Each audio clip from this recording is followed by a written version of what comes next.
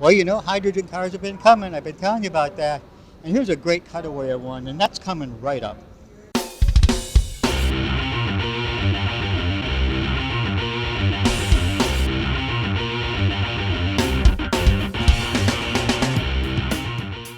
Well, we're at the 2016 SAE World Congress, and we're in the Toyota booth.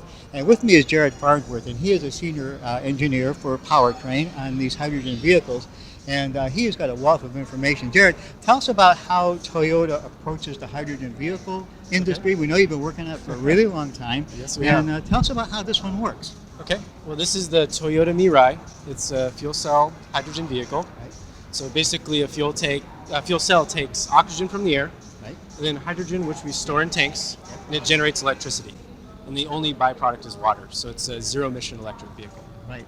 So I think we probably got a pretty good handle on that. So, but I noticed that this particular vehicle has two high-pressure tanks. So one here that we can see, and we can see the other one that's behind the lithium-ion battery pack. It's a nickel metal hydride. What is it? Nickel metal hydride. Oh, it's a nickel metal hydride. So Toyota is staying with nickel metal hydride. Well, I'm glad I said that wrong because that's very, very important, isn't it? Yes. And you guys have had a lot of good luck with that technology, right? We have. Why change it, huh? It's very reliable and it's cost-effective. Definitely. Very good. That's really good to know, right, guys? Okay, so behind that, of course, we have the other tank. By the way, these are high-pressure tanks, right? Right. How much? What is the pressure I need, I guess, and how much do they hold? So these tanks operate at 10,000 psi, and they hold approximately 5 kilograms of hydrogen. Okay, the both of them or each? Combined. And how far does that get us in average mileage of driving?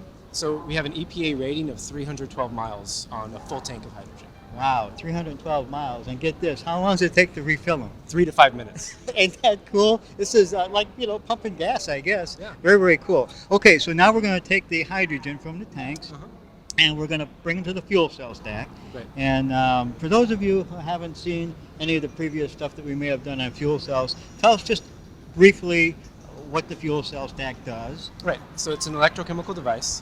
So on one side you have where the hydrogen comes in, we call that the anode. Then we have a membrane, and then the other side where the oxygen comes in, we call that the cathode. So it's kind of like a sandwich. And then we have 370 of those cells stacked together. So that's how you get a fuel cell stack. Okay. So the hydrogen comes on the anode, it removes electrons, so that's your electricity. The hydrogen then moves to the membrane, combines with the electron and oxygen to form water, and then water is what comes out the tailpipe. Right. Okay. And so are we going to talk about this produces so much voltage or current? Right, so it generates 114 kilowatts of power. Oh, okay. 114 kilowatts of power. Right. Cool.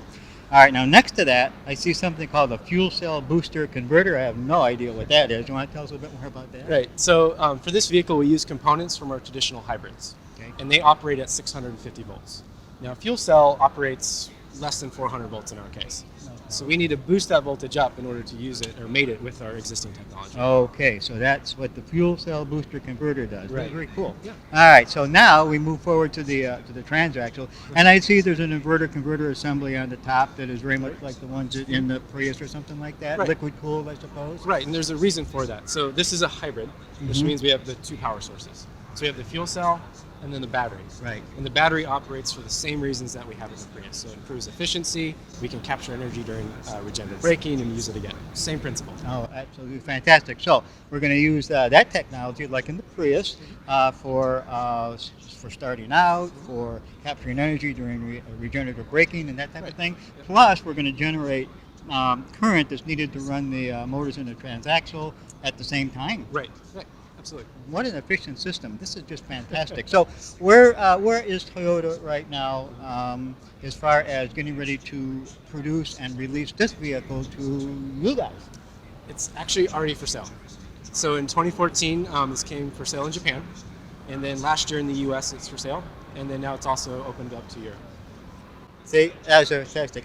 I had an idea it was already for sale.